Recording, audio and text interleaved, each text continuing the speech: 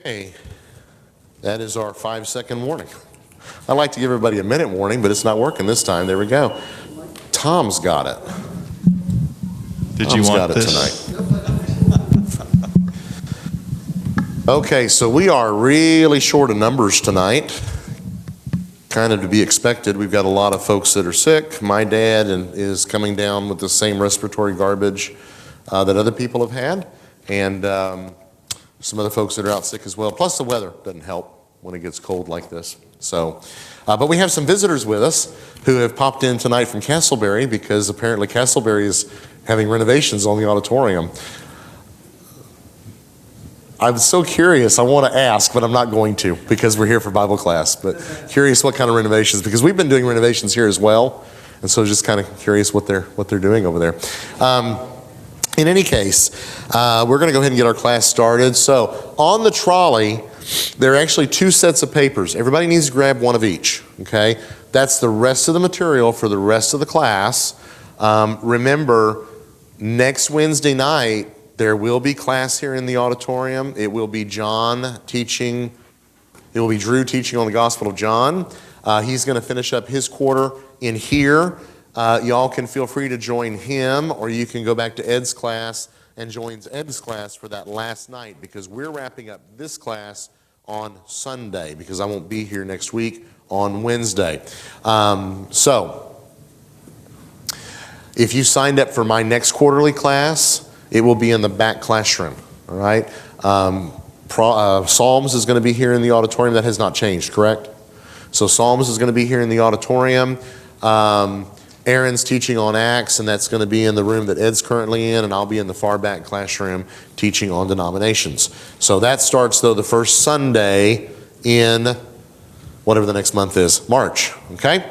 So definitely grab the papers, because that trolley will be available tonight. It'll be available on Sunday, and then it will go to the trolley parking garage for a while. So if you need to get some papers, go ahead and get those. Previous papers are on the second rack, so feel free to take those as well. I will say, people have asked me how am I feeling. I'm feeling better. Better is a relative term. I don't think I'm contagious anymore. However, I'm not taking that chance. So I'm not getting up in your faces. No hugs, no kisses, no handshakes, nothing like that. This is nasty. I had COVID a year and a while back, and I felt pretty bad with COVID. COVID didn't make me feel as bad as this stuff did. Okay, this respiratory virus, whatever it is, made me feel worse than COVID did.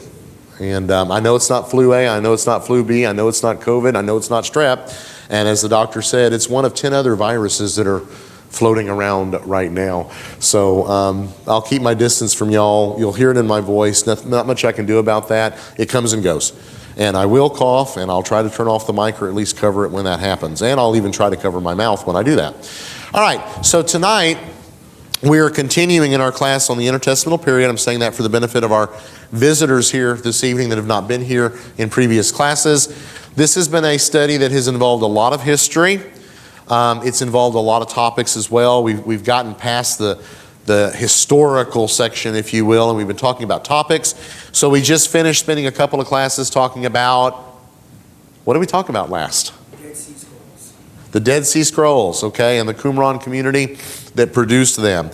So that was a topic in the class. Not strictly speaking history, like we did at the beginning of the class, but an important topic. This evening and going on into Sunday, what I'd like for us to do is I'd like for us to spend some time looking at the idea of understanding apocalyptic literature, because although apocalyptic literature starts earlier than the intertestamental period, you get some of it in the Old Testament. We'll talk about that in a little bit. It is the intertestamental period going into the New Testament period where apocalyptic literature really comes to the fore, okay, or really rises to what we typically would think of as apocalyptic literature. We talk about literature, talk about apocalyptic literature. I think it's important for us to spend a little time understanding primary Bible genres of literature.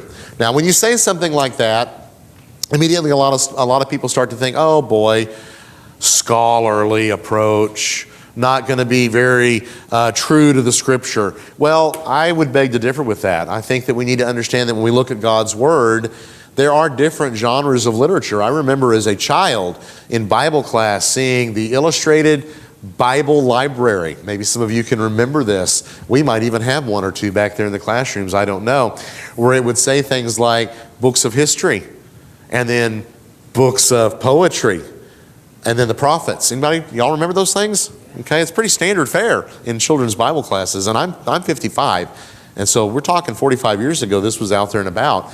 Well, that's all that is. That's just breaking up the Old Testament and the New Testament according to the genre of literature that's there. We all understand that there's a lot of different genres of literature. When you go to your mailbox and you check your mail, if you find the Valpak envelope, everybody gets these, right? We even get these out in Hazlitt. So you get the Valpak envelope. And if you are like us, back when we used to go to Spring Creek, we opened the Valpak envelope for one purpose and one purpose only. For the Spring Creek coupon, buy one, get one free. And so we would buy that, and I would raid through it and throw everything else away. And I guess a lot of people were doing that because now Valpak says randomly we put a $100 check in there. I have yet to find it in my Valpak coupon. But I know what Valpak is when it's there. If you get a letter from Publishers Clearinghouse, you know exactly what that is. If you get a letter from a bank that you don't have a credit card with, you know what that is. It's a credit card application.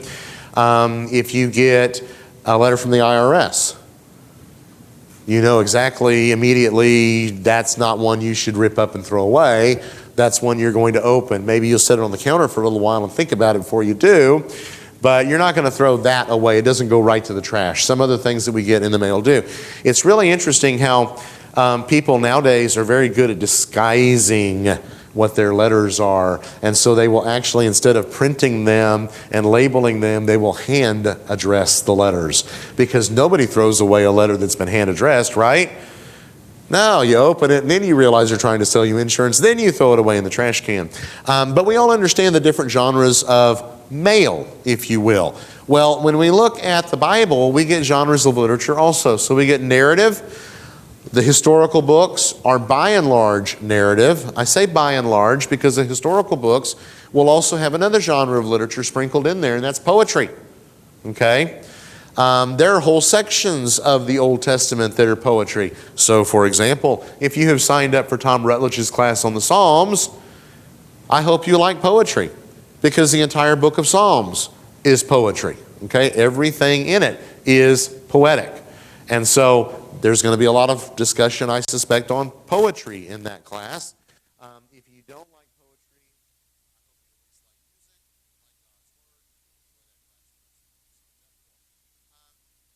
there are a lot of different literary types that are used in both of the genres. So when you start looking at poetry, you start looking at narrative, there's a lot of subtypes in that. It's important to know what kind of literature you are reading. So, for example, parables are not historical narrative. When Jesus gives the parable of the sower, that's a parable. It's not historical narrative. So it isn't that Jesus is talking about a specific sower that went out to sow. He's giving a parable. Now, he has probably seen in his life many sowers who went out to sow. It would have been something he would have been familiar with. But he is not speaking of a concrete individual in giving the parable because a parable is not historical narrative. At the same time, a fable is not a parable. Okay? What's the difference between a fable and a parable? Everybody knows off the top of their heads. Think Aesop's fables. What do you have in his fables? Animals that talk. Exactly. That's a big part of a lot of fables. Or things that can't usually talk. So in the Old Testament, a very good example of fable is...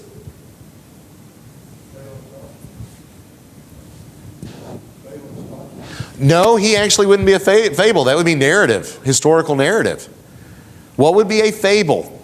It's really hard to pull one out of the top of your head because there aren't many in the Old Testament.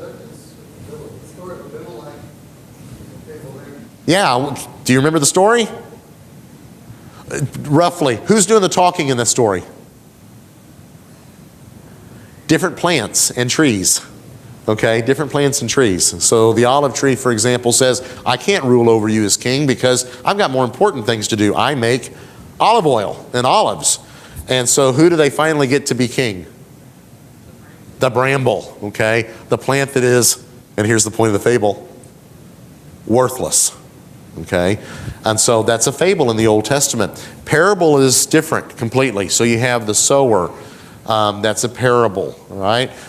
He's not speaking in that parable, but in other parables you might have somebody speaking, but it's not going to be an animal.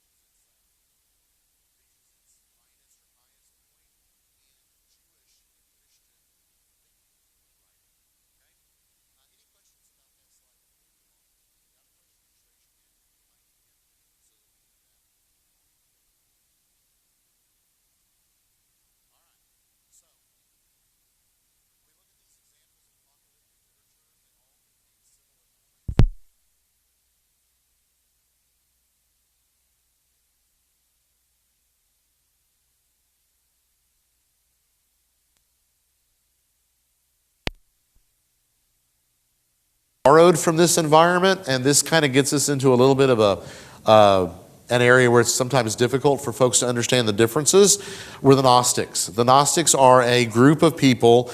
I can't call them heretics because they're not coming up out of Christianity. They're coming up out of the first century world. And what these folks do is they have a unique set of teachings that certainly are not the same from every group to every group. But what they will do is they will pick things. Remember Luby's cafeteria? where you could go in and you could take whatever you wanted. You want chicken fried steak with green beans, but you don't want mashed potatoes. So you walk through the line and you get what you want. Or Pancho's Mexican buffet, for those of you that are local. That used to be a thing when I was younger. There's still a couple of them around. You go through and you pick what you want. The Gnostics were that way. They would pick what they wanted. And one thing they really loved was apocalyptic literature. And so they would take a lot of that. And so a lot of Gnostic literature has some of those elements as well. The problem becomes when they do that people then have a hard time understanding the difference between Gnostic and Christian. They're not the same. The Gnostics were not Christians. They sometimes infiltrated Christian churches and caused problems, but they were not Christians. Okay? All right. So I'll share with you a quote about apocalyptic literature. This is a quote that I use all the time in all of the classes that I teach that ever involve apocalyptic literature. It is from a man whose name is John Collins. It was contained in the journal Semea, edition 14. Okay? So what he says is that apocalyptic literature is a genre of revelatory literature with a narrative framework. That means it tells a story. Does the book of Revelation tell a story? It does. It actually tells the same story twice. You tell it once, then you tell it again. But it's a narrative framework. In that narrative framework, a revelation is mediated by an otherworldly being to a human recipient, disclosing a transcendent reality which is both temporal, insofar as it envisages eschatological salvation, and spatial, insofar as it involves another supernatural world. So let's try to unpack that a little bit. So it's a narrative framework. It tells a story. It's mediated through an otherworldly being. In the book of Revelation specifically, John is in a vision, but who or what is moving the vision along? There's a whole bunch of somethings in the book of Revelation. What are those somethings? Angels, okay? In fact, there are so many angels in Revelation, they cannot be numbered, all right? So you've got this narrative in which these things are going on between John and the angels, and John is seeing the vision and hearing those things. So that's the message, the revelation, if you will, that's being mediated. It discloses a transcendent reality. A transcendent reality is a reality beyond this, okay? It's beyond this. It's beyond the things that we can feel, touch, and see with our eyes. It is temporal, okay, in that it envisions eschatological salvation. What in the world is eschatological salvation?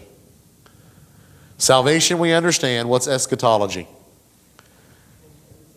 The study of last things, okay? So it's the last things. It's salvation at the end.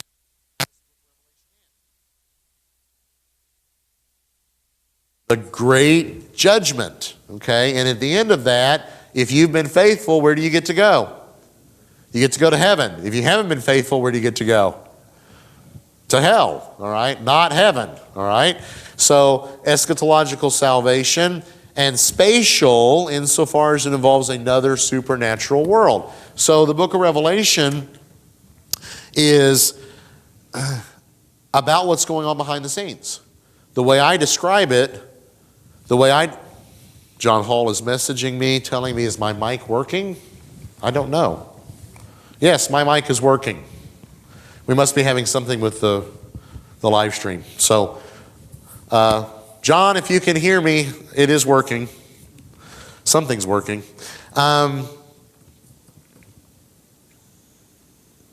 So the book of Revelation tells a story. The story is told twice. The illustration that I give, how many of y'all remember the movie The Wizard of Oz?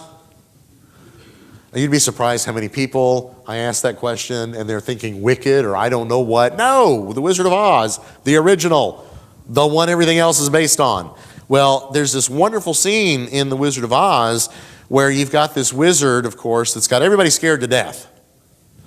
And Toto, who is Dorothy's little dog, goes over, grabs the curtain in her mouth, and pulls the curtain back. And who is this great and terrible Wizard of Oz? He's a little old man who's probably just a kindly grandpa as you could ever imagine. Toto unveils reality. The book of Revelation unveils reality. The Christians who receive the book of Revelation, they're being persecuted by the Roman Empire.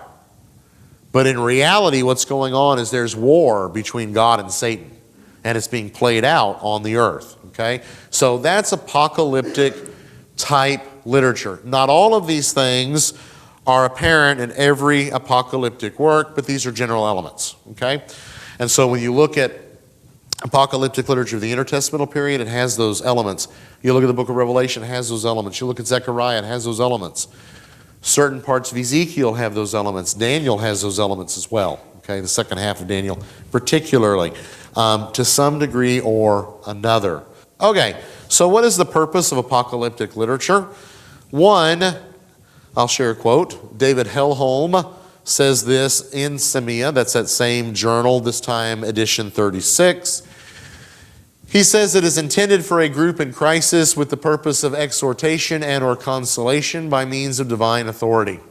So it's written to some folks that are in crisis, and it's God's way, if it's inspired, it's God's way of giving them comfort, consolation, exhortation to remain faithful. Obviously, works of apocalyptic literature that are not inspired are not coming from God, but the purpose is the same.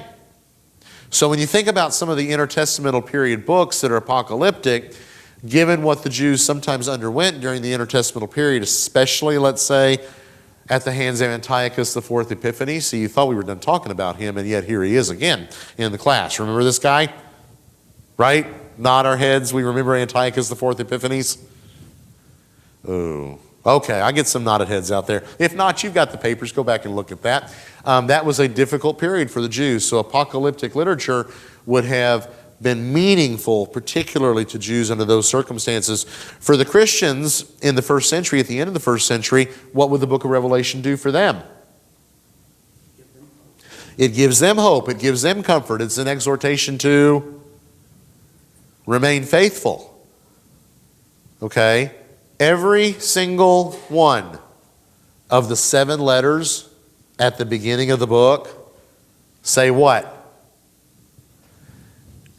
If you're involved in sin, better get right.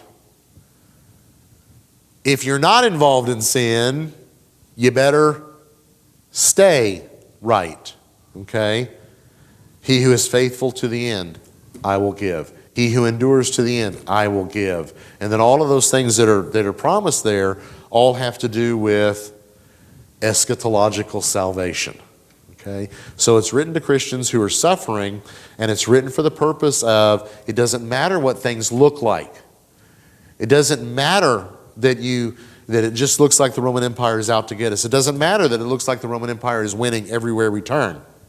God is in control. The real battle is behind the scenes. And in the end, if you've been in my Revelation class, you know this. God wins, Satan loses, and you want to be on the winning team. Okay?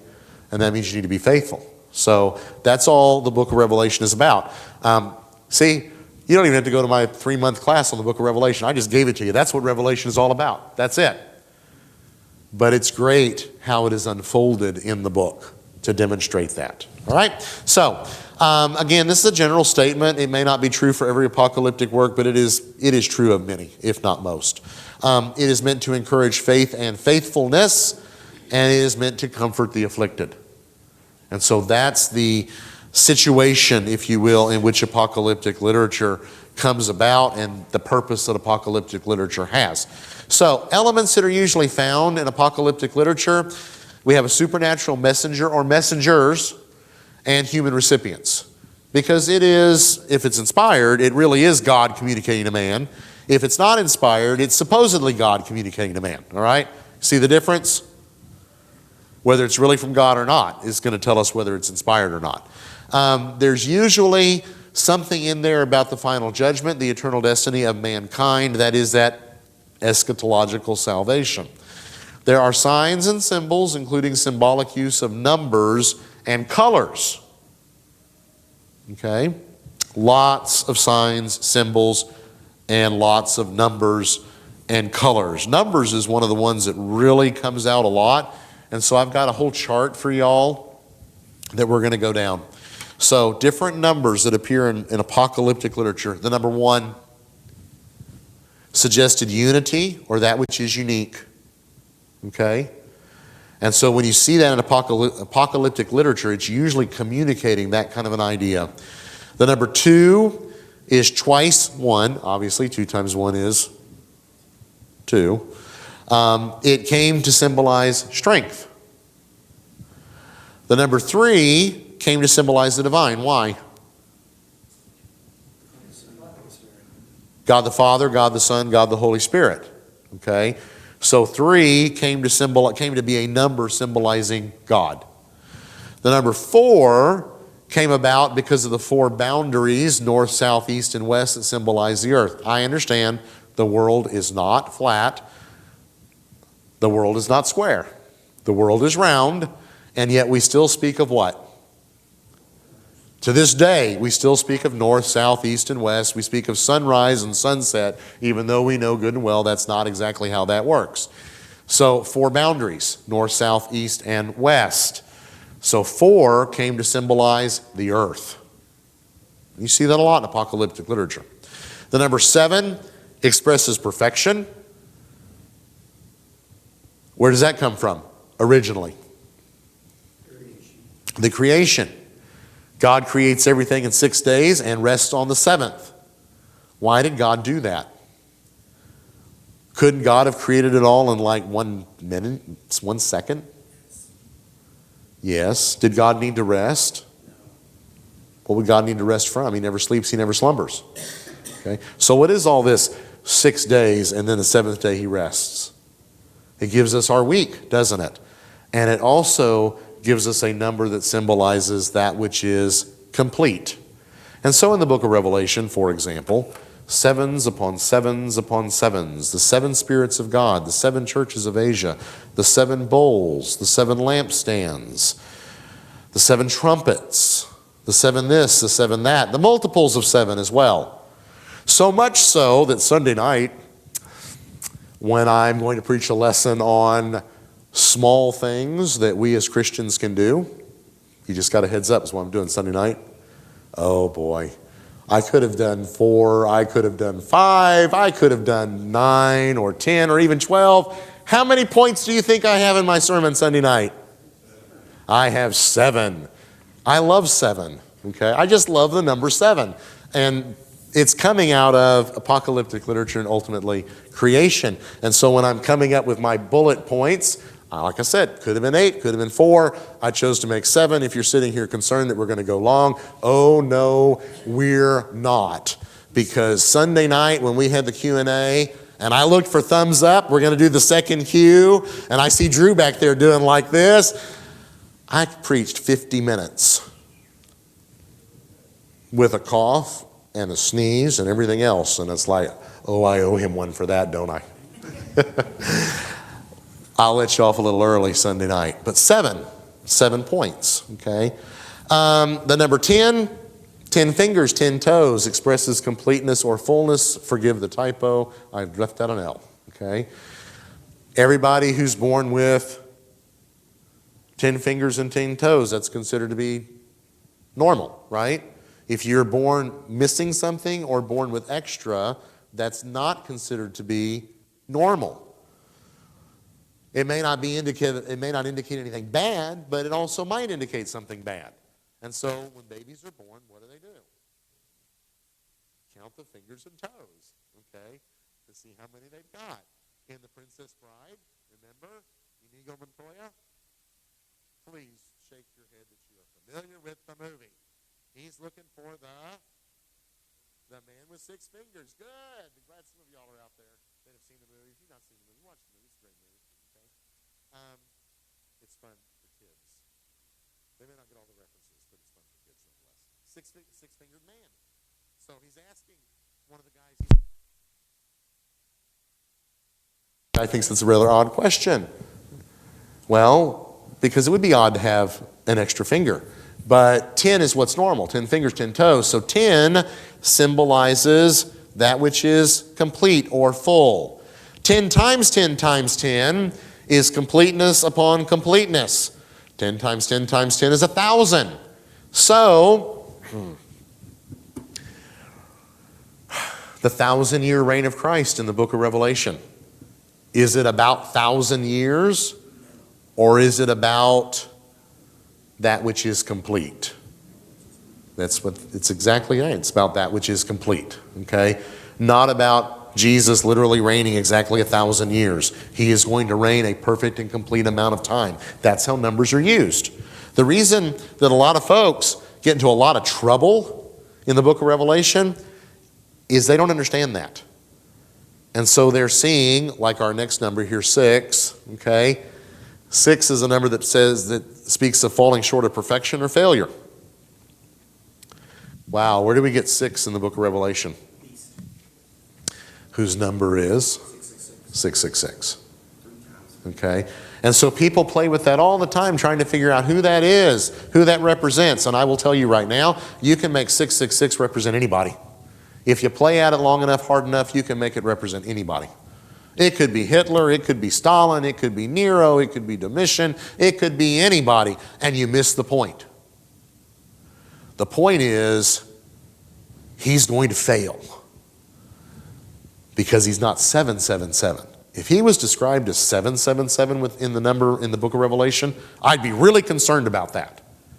But it's 666. Falls short of perfection. It's a number of failure. 3.5, we see in different iterations. So you have 3.5 years. That's not 31/2 years. It's 3.5 years. 42 months is the equivalent in months. 1,260 days is the equivalent in days.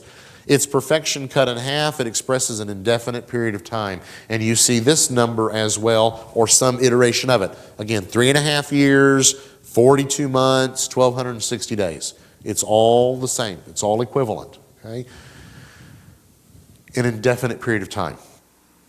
The 1,000 years is an indefinite period of time that represents perfection. 3.5 is an indefinite period of time that expresses that which is not perfect. Okay? Numbers are used this way in apocalyptic literature. So, you get to the book of Revelation, it's just number after number after number. And elements like colors as well. So, you see red in the book of Revelation. I'll get you just a second, Rusty. You see red in the book of Revelation. What do you think about when you see red? Not in the book of Revelation. There's a different color for death. What does red usually symbolize? Blood. Okay. White. What does white symbolize? Purity. Okay. Death, by the way, is pale. There's a color of a horse in Revelation that is the color that would be used to describe a corpse. A dead body. Okay. And I think we all know what that looks like. So, colors have significance. Objects have significance. Numbers have significance in the book of Revelation and in other apocalyptic literature. All right, Rusty, you had a question, so we'll get the mic over to you.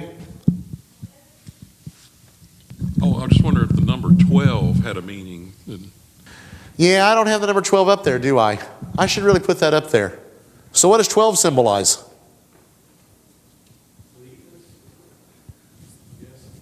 Nope, not completeness. But you're close, kind of, sort of. How many tribes are there? Raise your hand if you think there are 12 tribes of Israel. Go ahead, raise your hand. Don't be afraid. Not technically so. How many tribes of Israel are there? There are 13. But they're called the what? The 12 tribes. Okay. When you get the apostles, Jesus chooses apostles. How many could he have chosen? As many or as few as he wanted to. How many did he choose? 12. And then when Judas hangs himself in Acts chapter 1, we talked about that Sunday night as well in that Q&A, what do the apostles know they need to do? Get it back up to 12. So God chooses Judas's replacement. So you get 12. It's not an accident. The 12 apostles are meant to remind us of the 12 tribes, which, Rusty, back to your question, is the number of God's people. Okay. 144,000. So if we've got 144, which is 12 squared, 12 times 12, plus we have the number 1,000 there, which is 10 times 10 times 10, what might we understand 144,000 to be?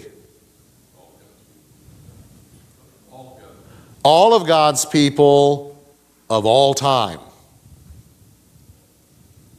Good. Our Jehovah's Witness friends will tell us that it symbolizes exactly nothing. It doesn't symbolize anything. It's 144,000. Not a single one more, not a single one less. That's what their theology teaches. Okay? I don't believe that.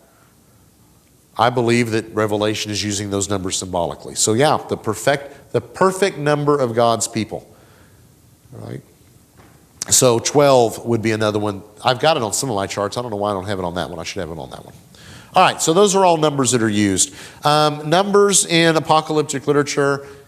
How many of y'all are engineers? I've taught Revelation with engineers in the room. This always gives engineers and accountants, Rusty, fits, okay?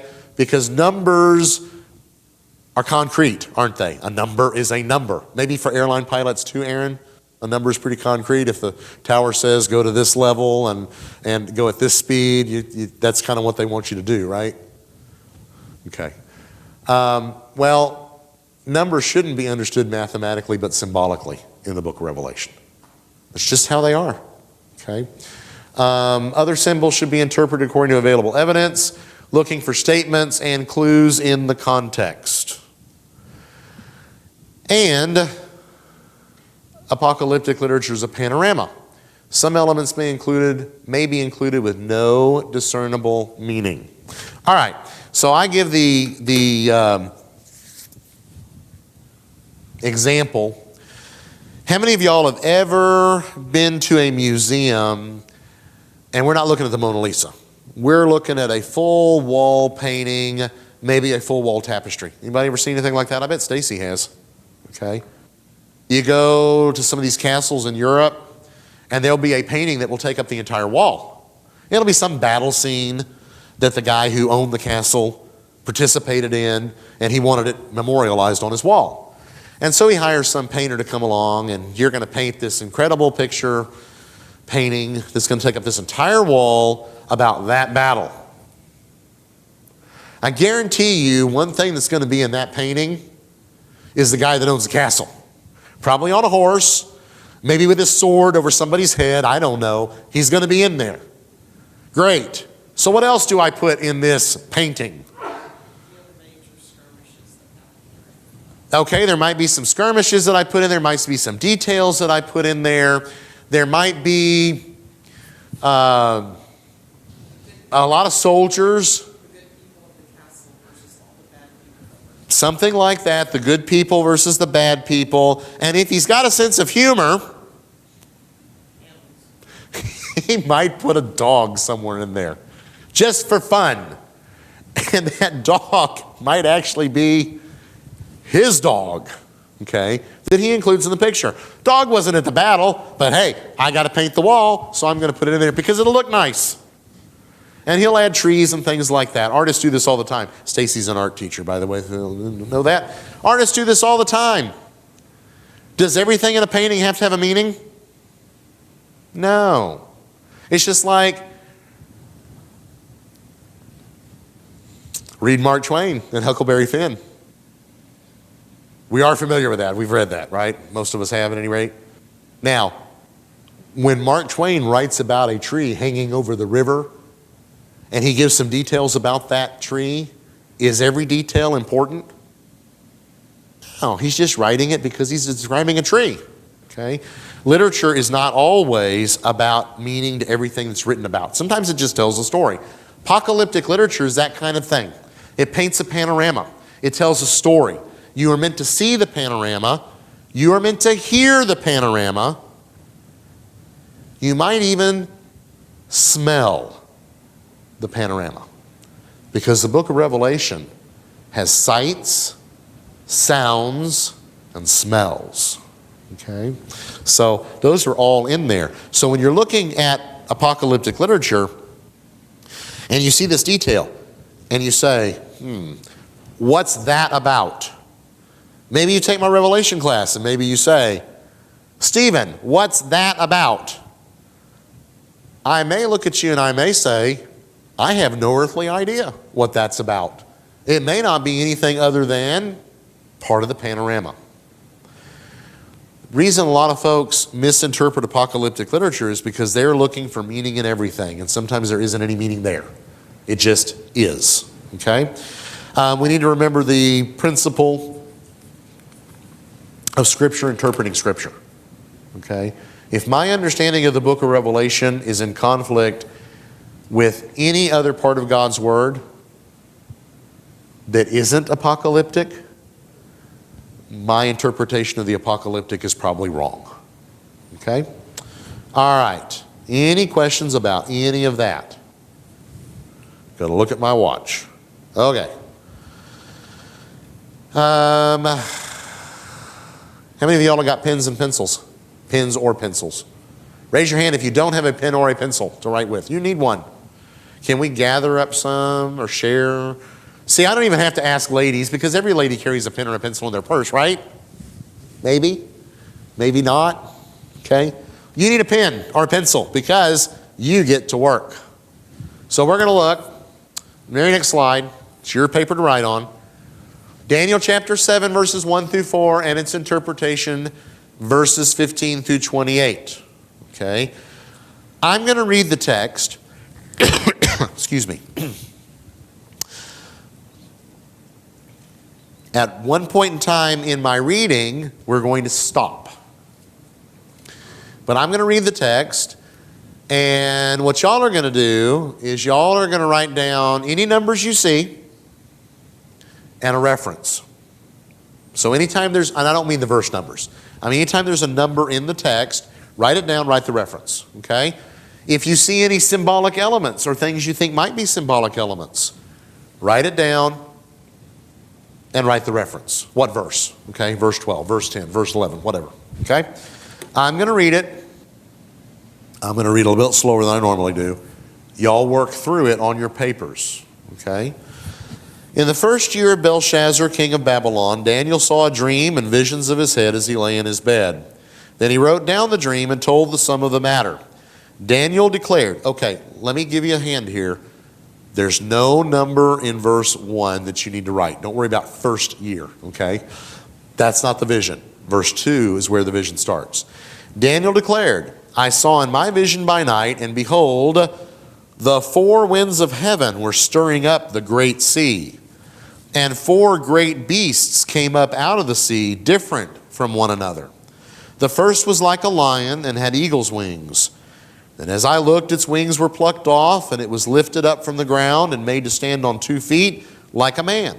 And the mind of a man was given to it. And behold, another beast, a second one like a bear. It was raised up on one side. It had 3 ribs in its mouth between its teeth, and it was told, arise, devour much flesh.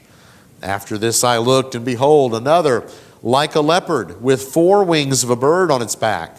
And the beast had 4 heads, and dominion was given to it. After this I saw in the night visions, and behold, a 4th beast, terrifying and dreadful and exceedingly strong. It had great iron teeth. It devoured and broke in pieces and stamped what was left with its feet. It was different from all the beasts that were before it, and it had 10 horns. I considered the horns, and behold, there came up among them another horn, a little one, before which 3 of the first horns were plucked up by the roots. Behold, in this horn were eyes like the eyes of a man, and a mouth speaking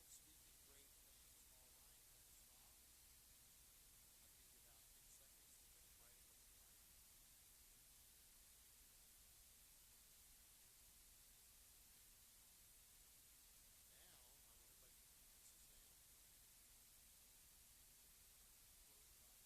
things.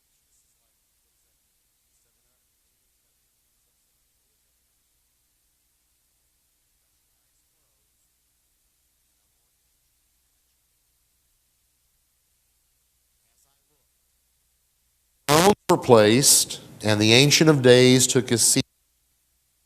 His clothing was white as snow, and the hair of his head like pure wool. His throne was fiery flames, its wheels were burning fire. A stream of fire issued and came out from before him. 1,000,000 served him, and 10,000 times 10,000 stood before him. The court sat in judgment, and the books were opened. Okay, open your eyes. I did that on purpose, because hopefully, when you have your eyes closed and you read a text like that, an image is formed in your mind. Did that happen for y'all? Did you see what I was reading? Yes, no, maybe? Raise your hand if you saw what I was reading. We are the television generation. We have forgotten what it is like to hear things. An older generation sat around a radio and listened to baseball games. And those, mostly guys, would know exactly where every player was at any point in time in the game. I imagine your dad did that a lot. If I had to listen to a baseball game, I'd give it about 5 minutes and I'd say, turn on the TV. I want to see what base they're on. That's what TV has done for us. But for people of the ancient world, texts were read out loud. Think about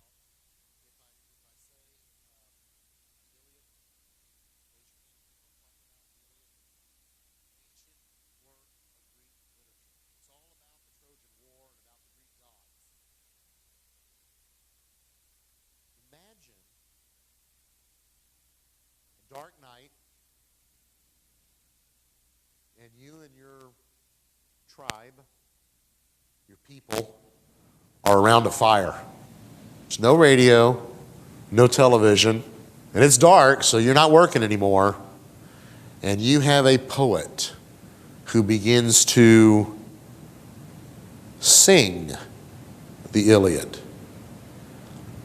Not off his printed copy because he doesn't have one.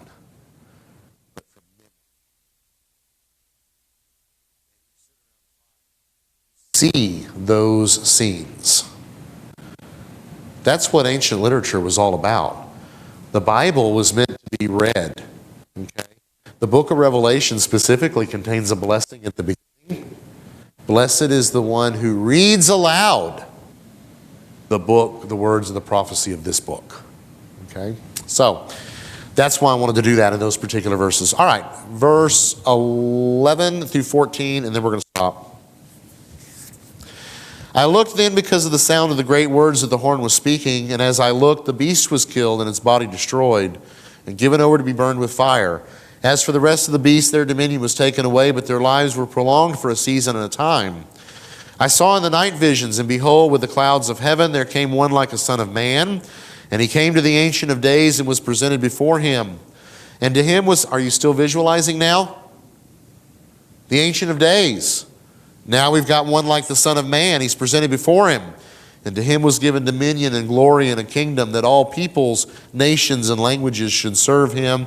His dominion is an everlasting dominion which shall not pass away, and his kingdom one that shall not be destroyed. All right, Sunday morning. Homework for you. Finish that slide. Okay? I don't know, folks. You're just not going to be here next Sunday. I can't do much about that unless you just choose to pop in over here. Otherwise, you can always listen to the recording, because if we record it, you can go back and listen to it and see how that checked out. I'm going to ask y'all Sunday morning to tell me what you've got. So don't give me the deer in the headlight look, because all of y'all now know what your homework is. Go through and finish that chart. And while you're at it, go and do the next page. Daniel chapter 7. And Revelation chapter 13. The fourth beast of Daniel 7, compare that to the sea beast of Revelation 13 and see what you get. We'll talk about that as well. We'll finish this up on Sunday, and then we'll go into the very last section and do what we can with it. What we don't get, you at least have the papers, because that will conclude this class. Any questions or comments? There's our, secular apocalyptic, or is the name alone? there is secular apocalyptic, but it's in pagan contexts. In a Jewish and Christian context, it always makes the claim to be from God, even though most of it is not.